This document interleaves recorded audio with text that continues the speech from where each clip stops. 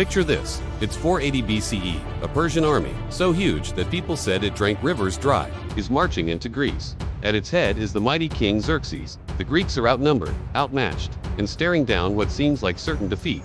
How do you stop an unstoppable force? You don't try to meet it head-on, you find a choke point. The Greeks chose a place called Thermopylae, meaning the hot gates, a super narrow pass squeezed between steep mountains and the sea. This was their strategic masterstroke. Here, King Leonidas of Sparta arrived with a small elite force, just 300 of his own legendary Spartan hoplites, plus a few thousand allies from other Greek city-states. Now, let's be clear, they knew they couldn't win the war here. That wasn't the goal. Their mission was to buy precious time for the rest of Greece to rally its forces and prepare for the real fight.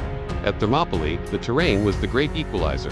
The narrow pass meant Persia's overwhelming numbers became a weakness, a logistical nightmare. Only a limited number of soldiers could attack at once, and they were funneled directly into the Greek killing zone.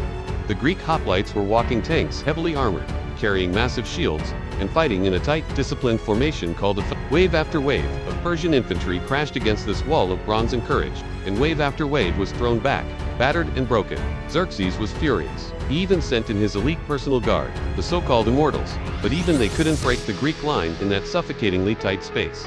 For 2 days, the impossible held, but every fortress has a flaw. For Thermopylae, it was a hidden mountain path that went around the Greek position.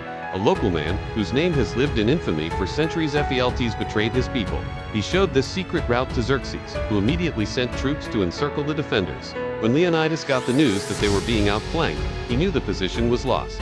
He made a fateful decision. He dismissed most of the allied Greek forces, telling them to retreat and save themselves to fight another day. But he, along with his 300 Spartans and a few hundred other determined allies, stayed.